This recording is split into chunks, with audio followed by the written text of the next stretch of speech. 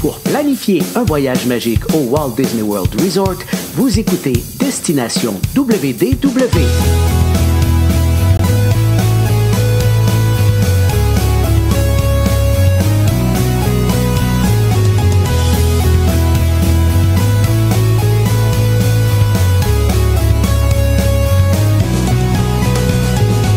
Voici votre animateur et ami personnel de Mickey, Jean-Philippe Paré.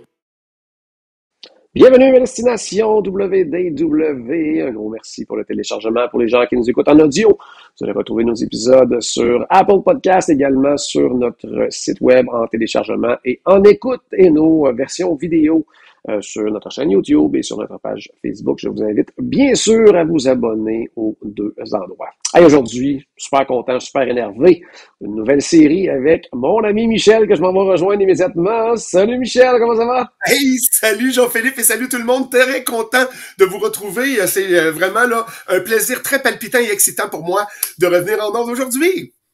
Oui, et puis pour les gens qui nous regardent en vidéo, juste en dessous, vous voyez le titre de la nouvelle série d'épisodes qu'on va faire dans les prochains mois. Ça s'appelle Showtime. Dis-nous un petit peu, c'est quoi là, cette série-là que tu vas nous présenter? Ben, Showtime, là, ça va être super le fun parce qu'on va avoir plusieurs épisodes, puis à chaque épisode, on va avoir deux volets. On va parler d'un spectacle Disney que vous avez peut-être vu ou pas vu, dans des parcs que vous connaissez ou que vous connaissez pas, que vous n'avez pas visité, mais on va aller dans les coulisses des spectacles. Donc, on parle d'un spectacle live action, donc sur le parc, devant le château, dans un théâtre. Puis le deuxième volet, ce sera une parade Disney. Fait qu'on va avoir deux petits volets, puis nos épisodes durent à peu près là, une vingtaine de minutes, fait que 10 minutes sur un sujet et l'autre. Puis je vais vous emmener plein d'anecdotes, plein de façons qu'on a faites pour créer ces parades-là, puis vous transmettre la magie. Je pense que ça va être un beau sujet, donc ça va être Showtime! Showtime! Puis justement, avec toi, Michel, il y a toujours un petit côté historique et tout ça. Donc, bien sûr, beaucoup de ces spectacles-là, en fait, la majorité, c'est des spectacles qui n'existent plus, dans le fond, là, que les gens ont pu voir dans le passé et tout ça. Donc, on va revenir dans le temps également. On va parler un petit peu de l'histoire des parcs Disney grâce à ça. Aujourd'hui, quel spectacle tu as choisi, justement, pour débuter cette nouvelle série-là? Ah, mais j'ai un coup de cœur qui a charmé pas mal de guests, je crois, sur la scène devant le château au Magic Kingdom. Je parle de Dream Along with Mickey. Vous connaissez? Join the party, a castle party, that you are invited to come enjoy the fun. C'est magique comme spectacle. Ce thème-là, il nous reste dans les oreilles. C'est capoté. Puis là, ça, c'est un moment de bonheur. Un incontournable. Qu'est-ce qui est le fun? C'est que c'est une musique entraînante. On avait une petite histoire cute. C'est rempli de plein de petits moments comme magiques puis amusants. Puis c'est un succès assuré. Ça a fait sensation dès le premier jour de la grande première. Ça a été magique. Donc, on remonte quand même dans le temps. C'est un spectacle spécial qui voit le jour en 2006 dans le cadre des célébrations du 35e anniversaire du Walt Disney World Resort, mais qui a quand même été présenté pendant plusieurs années, là, Michel. Eh, vraiment. Écoute, là, on parle la journée de la fête du Magic Kingdom. On parle du 1er octobre 2006. C'est le jour de la fête. Puis il y avait un slogan cette année-là. On disait « The Year of a Million Dreams ». Puis tout le monde se promenait, puis tout le monde était habillé en bleu. Puis c'est pour ça que dans ce spectacle-là, il y a beaucoup de teintes de bleu, puis tout le monde est habillé en bleu là-dedans. Mais c'était une production qui était tellement populaire, puis qui a surpris le département de Disney Entertainment, parce que on parle de 10 belles années, 2006 à 2016. Écoute, jusqu'aux célébrations du 45e anniversaire. C'est un gros wow, parce que pour La Belle et la Bête au Disney Hollywood Studios, c'est sûr que ça fait plus que 10 ans, mais c'est un classique qu'on connaît, mais un spectacle composé avec nos personnages, nos Five qui sont là avec nous pour créer une histoire pour tout le monde. 10 ans, wow, c'est un gros wow! Oui, puis même 10 ans, là, je veux dire, en bout de ligne, ça fait plusieurs représentations, là, quand même. Eh ben oui, parce que si tu comptes ça, là, par jour, on a à peu près comme 6 représentations par jour, 365 jours par année. Là, on parle de 10 ans. Fait que si on fait le calcul, là, on approche là, 22 000 prestations. Puis la dernière prestation de Dream Along with Mickey a eu lieu le 2 avril 2016 et on approchait le 22 000 représentations. C'est capoté, c'est sûr que c'est pas tous les mêmes danseurs. Pendant 10 ans, on change. On a les petits genoux qui craquent. On a des nouvelles auditions. On a une autre génération de danseurs dans ce casting-là. Mais c'est sûr que nos personnages était toujours là, puis bienveillant pour les spectacles. Mais on a eu plusieurs castings de danseurs pour jouer pendant ces 10 ans-là, mais c'était magnifique.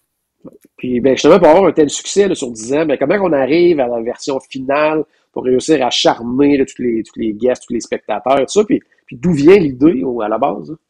Aha! C'est ça la magie Disney, Jean-Philippe. C'est des équipes de conception qui peaufinent soigneusement chaque détail. Puis là, dans ce cas-ci, on parle quand même de 3 ans avant de voir le résultat que nous autres, on a connu, parce que l'idée originale, elle a pris forme en 2003 au Tokyo Disneyland, puis ça, c'était pour le 20e anniversaire. Eux, ça s'appelait pas comme ça, c'était le Mickey's Gift of Dreams, quelque chose comme ça, oui, c'est ça. Mickey's Gift of Dreams, oui. Alors, puis Disney aimait le spectacle, la division Floride, puis on dit, OK, on veut produire ce spectacle-là en Floride, mais il a été travaillé pendant 3 ans avant de voir la version finale pour nous, le 35e anniversaire. Fait que vous imaginez, là, Tokyo travaille son spectacle, il le présente en 2003. Nous autres, on le peaufine, on le travaille, on module tout ça, puis on le représente 3 ans plus tard. Vous vouliez savoir combien de temps ça prend pour monter un spectacle Disney? Là, t'en as la preuve qu'on a pris pas mal de temps avant de présenter la vraie version. OK. Puis justement, qu'est-ce qui a été modifié là, du concept original là, de Tokyo? Ben, en général, on a gardé quand même tous les mêmes éléments qu'il y avait dans la version de Tokyo Disneyland. Okay. Tu sais, la musique originale qui avait déjà été prise dans un autre spectacle, One Man's Dream, qui est un excellent spectacle à Disney, au Tokyo Disneyland. Puis là, je fais une petite parenthèse sur la musique, là. Souvent, t'as toujours des personnages, donc on a des classiques Disney qui reviennent, mais là, on avait des nouvelles compositions, et puis on avait une nouvelle orchestration, une façon d'amener les choses. Juste le thème d'ouverture, écoute, le thème te reste dans les oreilles. Tu reconnaissais-tu ce thème-là, Jean-Philippe? Join the Party. Tout à fait, oui. C'est magnifique. Mais tu sais, ce qui n'a pas été retenu, par exemple, c'est l'immense sac de rêves. Parce que les autres, les rêves étaient dans un sac. Et imagine que tu arrives devant le château, puis il y a un immense sac. Mais immense, là. Ça fait la largeur du stage. Puis là, c'est comme une poche toute écrasée, puis la poche, elle bouge, puis les rêves, ils sortaient de là. C'était un peu bizarre. Je trouve que visuellement, tu sais, l'idée était comme un peu bis, puis ça prenait trop de place, je trouve. Mais le sac des rêves qui s'occupe de tout ça, puis qui veut réaliser les rêves, ça nous interpellait, là. Les pouvoirs magiques, puis les pouvoirs mystérieux, ça, c'était très efficace. On a décidé de regarder ça. Ce qu'on a retiré du programme, par contre, ce qu'on n'a pas retenu, c'est ça, le sac que je vous disais, visuellement, il a pris le bord, mais on avait une séquence avec Goofy, il partait en aventure dans la jungle. Puis c'était bizarre, il avait fait un mix avec Timon puis Baloo. Fait que, tu sais, Timon, on est obligé de le voir avec l'autre. D'habitude, puis il était avec Baloo. Là, Goofy était là, c'était un peu bizarre. Fait qu'on a retiré ça.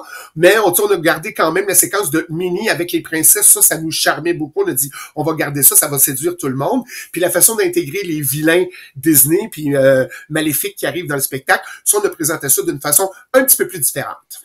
OK. Si tu nous fais un petit résumé, justement, c'était quoi le concept de notre version, là, à Magic Kingdom? Ben nous autres, de notre côté, c'est Mickey et ses amis qui célébraient la magie des rêves. Donc, ils invitaient le public. Le public était invité à joindre les festivités. C'est pour ça, join the party. Viens au party avec nous autres, puis viens là mais tu sais, on a Donald, il est vraiment le petit grognon de ce spectacle-là. Et encore plus parce que lui, il croyait pas que les rêves étaient possibles. Puis lui, il chignait tout le temps. Puis c'est là qu'on a la fameuse phrase de Minnie, la fameuse célèbre phrase qu'il lui dit. C'est comme, "Oh, Donald, you mean you don't believe in dreams?" Ouais, elle était toute démontée de tout ça. Puis elle demandait aux gens, vous autres, c'est quoi, avez-vous des rêves? Puis d'interpeller les enfants. Fait que là, écoute, Minnie, elle rêvait de devenir une princesse et plusieurs petites filles qui regardaient le spectacle aussi. Fait qu'on avait des invités de marque qui revenaient de le royal, des princesses avec le prince qui venait danser la grande valse. On avait notre duo avec Goofy puis Donald, que lui, eux autres voulaient devenir des pirates. Donc, on avait Donald, une petite scène super cute parce qu'on a eu la visite du capitaine Crochet. Puis là, je sais pas si vous vous rappelez, Donald, il se costumait comme le capitaine. Il avait le même costume. Puis là, il voulait faire un combat d'épée avec. Puis c'était vraiment le fun parce que cette scène-là était adorable. Puis c'était super cute de voir comment il était habillé. J'adorais ça.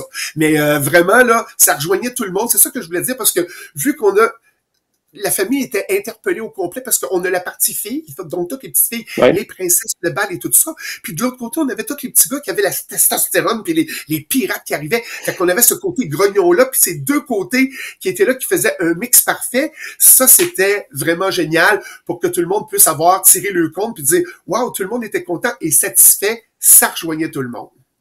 Parfait. On avait droit aussi, de notre côté, au vilain Disney là, qui s'était invité dans ce spectacle. Ben oui, tantôt, je vous ai parlé du capitaine Crochet qui a eu droit à son combat d'épée là, avec Donald, mais il y a une maléfique qui venait vraiment troubler la fête parce que elle voulait avoir le pouvoir, elle voulait déjouer les plans, elle voulait régner sur le royaume, mais heureusement, il y a mon ami Peter Pan qui est arrivé pour sauver la donne, pour déjouer les plans du capitaine Crochet, mais là, ce qui était le plus cute du spectacle, c'est les enfants, finalement, et non les personnages, les artistes, les cast members du show, c'est les enfants qui faisaient qu'on retrouvait vraiment leur royaume, parce que je sais pas si vous vous rappelez, à la fin, on leur demandait de crier « Dreams come true! Dreams come true! » Puis, écoute, j'en parle, écoute, c'était le fun, c'était émouvant de voir, tu regardais tous les petits kids autour de toi, puis les petites fillettes qui tripaient, puis qui croyaient vraiment que le rêve allait devenir réalité. Et que dire du numéro final, de voir Minnie et Mickey qui embarquent sur la tour, puis là, il y a une immense tour du château qui monte très haut dans les airs, et puis là, on a le thème du spectacle, puis à la fin, pouch, le feu d'artifice qui explose, avec la musique du thème d'ouverture qui reprend. C'était tous les ingrédients étaient là. Je veux dire, tu sais, quand on dit les étoiles sont alignées, puis tout est là, je peux te dire que dans ce spectacle-là, tout était là. Puis toi, Michel, justement, qui est habitué de côtoyer, oui, ce type de conception-là, qui se termine bientôt, ben, qu'est-ce qui vient encore là, t'émouvoir dans les spectacles Disney? Ben moi, c'est de voir l'évolution, tu sais, les détails qui donnent la profondeur puis de l'émotion au spectacle. Je parle entre autres de mon ami Mickey, lui, il m'impressionne, puis précisément dans cette production-là, parce que il y avait un certain pouvoir puis une certaine prestance sur scène. Le spectacle a commencé en 2006. Ça a pris 1 an, puis là, il s'est comme pas adouci, mais je veux dire adapté au spectacle. Puis là, en 2007, surprise, il m'a fait un clin d'œil.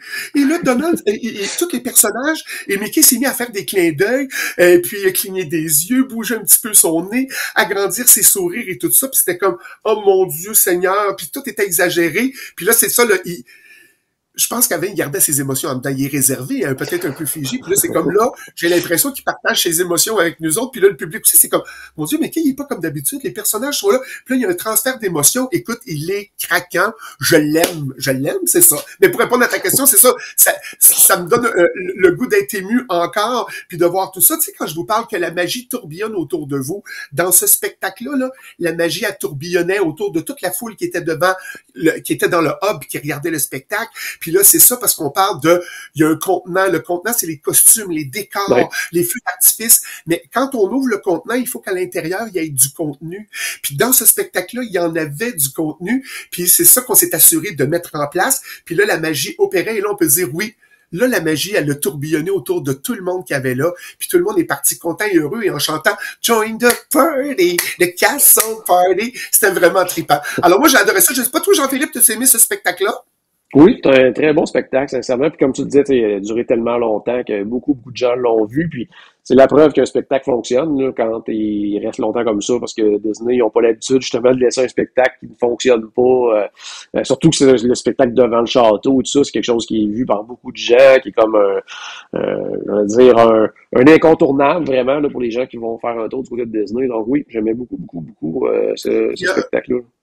Parenthèse spéciale là, pour tous les cast members, les artistes, tous les gens qui étaient dans ce spectacle-là, techniciens inclus, mais il y a pas d'ombre, c'est pas un théâtre avec un toit. Fait que les journées qui faisaient chaud, puis les journées là qu'on voulait s'effondrer, mais tous ces danseurs-là, les cast members, tout le monde était là, puis ils ont donné le maximum avec le beau sourire magique. Félicitations à tous ceux. Il n'y a pas 2000 personnes qui ont travaillé sur ce show-là qui parlent français, qui sont avec nous sur le réseau. Si vous en connaissez, bravo à tout ce monde-là. Oui, tout à fait. Alors, on change de volet. On s'en va maintenant du côté parade. Et je crois que Michel, que tu as choisi aussi une production qui célébrait un autre anniversaire. Ben, certain. Là, on va reculer dans le temps encore plus, mais je veux continuer les célébrations. On va rester au Magic Kingdom. On va aller au 25e anniversaire. Puis, on va parler de la parade Remember the Magic. Je sais pas si ça vous dit quelque chose. It's time to remember the magic. Quelle Écoute, chanson. ça a commencé... Ah oui, tu connais cette chanson? Ah, j'adore cette chanson-là, là, vraiment, là. C'est une des meilleures, tant qu'à moi, là, de parade. Vraiment, c'est capoté depuis le 27 septembre, moi, je vais m'en rappeler. On est en 1996, puis là, ça part, cette affaire-là. Puis, tu sais, pour les gens qui parlent pas anglais, c'est de se rappeler la magie. Remember the Magic, c'est se rappeler de la magie. Donc, ça fait 25 ans. C'est quoi vos moments magiques pour qu'on puisse en parler puis les vivre ensemble? Oh, que de souvenirs pour moi. J'adorais cette parade. Justement, qu'est-ce que cette parade-là avait de particulier justement pour captiver les spectateurs et tout ça? C'était le clou du spectacle du 25e. Il y avait des séquences de parade où on arrêtait. Donc, la parade, elle avance, la parade arrête, et là, les guests pouvaient participer, puis danser avec les personnages. C'était comme un mini-spectacle de 1 minute, puis après ça, la parade recommençait, puis on arrêtait encore. Je te dirais que c'est comme l'ancêtre du concept qu'on avait dans le hub, là, qu'on parle de Shake It, Move It, Celebrate It. Ouais. Pardon, on arrive dans la rue, on tourne autour, puis là, on arrête. C'est sûr que là, pour le Shake It, c'est tout un spectacle. Mais là, c'était juste un petit bout de parade. On arrête une minute, un petit bout de parade. Fait que là, avant la parade, on avait des coachs qui se promenaient, qui enseignaient les parties de danse, puis les parties où c'était le public, on leur demandait d'apprendre une séquence de danse. Et quand la parade arrivait, puis que le char allégorique arrivait sur toi, ce qui était intéressant, c'est que là, tu disais, je le sais que le char de la petite sirène, c'est là qu'elle arrête. Je le sais que le roi lion, c'est là qu'il arrête. Fait que d'une journée à l'autre, tu pouvais changer de place pour regarder le défilé, puis de triper parce que tu pouvais participer avec les artistes. Alors, on sélectionnait les plus agiles, puis quand le char arrêtait devant toi, ben là, on disait aux élus d'avoir été, de rejoindre les personnages. Puis là, en background, on avait tout le monde qui dansait. C'est une pratique qui se fait encore, ça. Si vous allez un jour à Tokyo Disneyland, Tokyo Disney Sea, là, c'est tellement long l'attente parce qu'il y a tellement des milliers et des milliers de personnes qui attendent. Quand on parle du lagon, exemple, à Epcot, imaginez qu'autour de ça, il y a des milliers de personnes qui attendent le spectacle parce que les spectacles bateaux sont sur l'eau. Mais là, il y a du monde qui se promène dans les petits steps, puis il y a le monde de la danse, puis quand le moment arrive, ils disent « C'est là, on fait la partie A! » Tout le monde se met à danser, c'est capoté. Fait que c'est ça qui faisait le plaisir de cette parade-là, qui fait que le monde tripait, puis qu'il avait l'impression de faire partie de la parade. C'était magique, vraiment.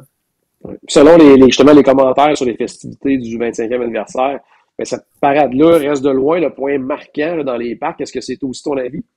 Hey, certainement, Jean-Philippe, tu vois, de mon avis aussi, les spectacles extérieurs, là, ils captivaient même pas c'est pas comme Disney l'espérait parce qu'ils voulaient mettre des musiciens live. Fait qu'il y avait une petite base de musique en arrière, mais t'as 3 musiciens live. Un, il y a un clavier, il y a un petit drum set, puis l'autre ajoute de la flûte ou je sais pas trop quoi. Ça faisait comme minimaliste, puis le son avait pas autant d'ampleur que d'habitude. Puis là, si on parle des décorations du château, la version rose bonbon, le méga gâteau du 25e anniversaire, qui est un flop monumental, il y a des gens qui ont trouvé ça beau, mais je le sais parce que Jean-Philippe, lui, il a pas trouvé beau. C'est ça, hein?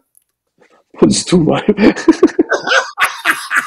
Mais écoute, ça avait de la coloration, on a essayé quelque chose, mais généralement, même si je suis de la famille Disney, je suis obligé de dire que ça a été un flop monumental. Mais la parade, ça, c'était le rendez-vous de la fête. Donc, c'était le magical moment de la journée. Et tout le monde se réunissait là parce qu'étant donné que c'était un petit bout de spectacle, dans le hub, c'était impossible. Et puis, si tu voulais voir la parade, tu y vas de bonne heure parce que je te dirais, si tu avais décidé de regarder la parade sur Main Street, j'utilise le thème québécois, écrapoutir entre la foule et les boutiques du Main Street.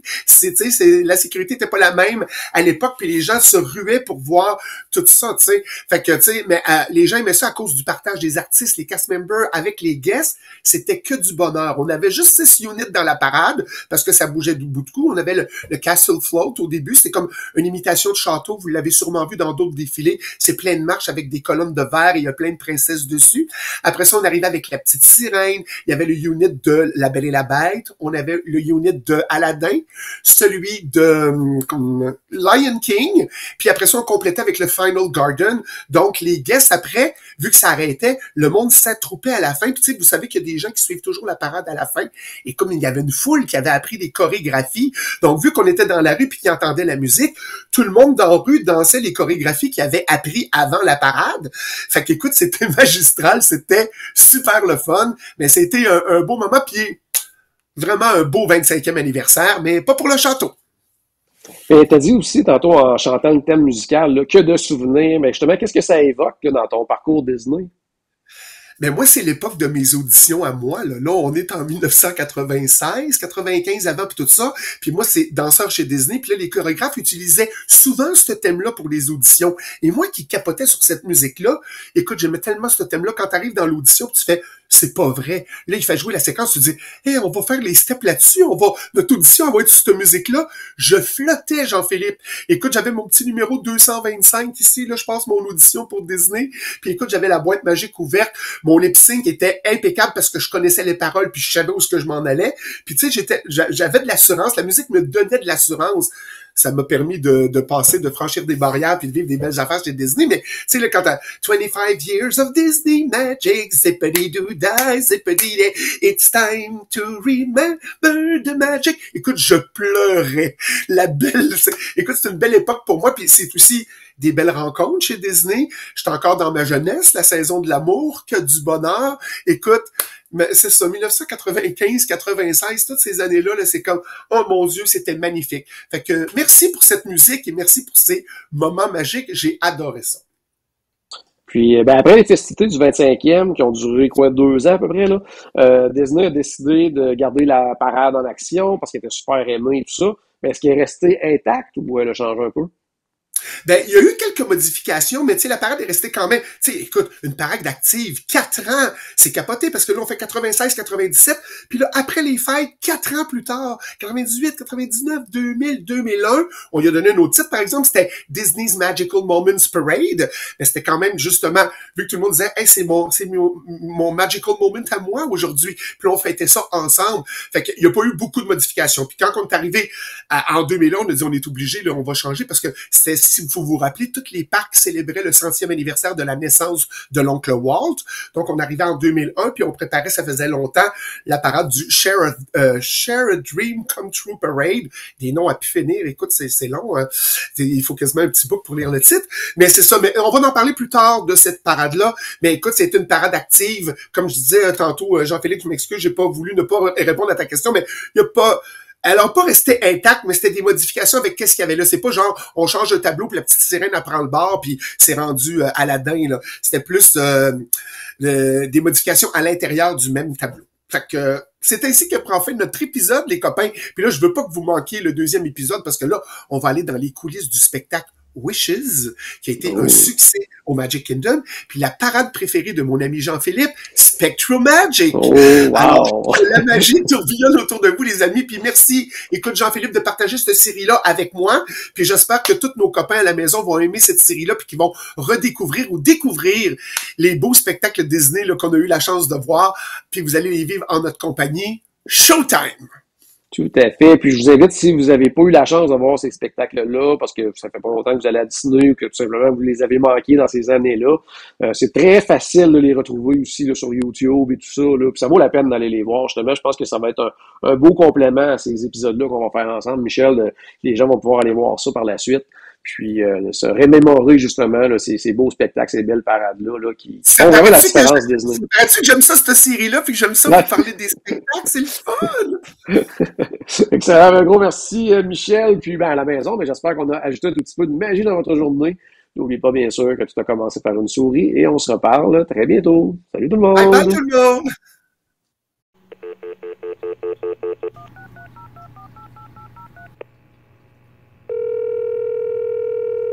Bonjour, c'était Destination WDW. Tous nos épisodes sont disponibles en archive au destinationswdw.ca. Saviez-vous que vous pouvez nous aider en vous abonnant à notre page Facebook, à notre chaîne YouTube ou en partageant nos épisodes sur vos réseaux sociaux? Ça vous coûte pas une Christie de scène et ça nous fait encore plus plaisir qu'une délicieuse Mickey Bar. Pensez-y! Ça vous coûte pas une Christie de scène et ça nous fait presque autant plaisir qu'un souper au Polite Pig. Pensez-y! Ça vous coûte pas une Christie de scène et ça nous fait presque aussi plaisir que 10 minutes d'attente pour Ratatouille. Pensez-y!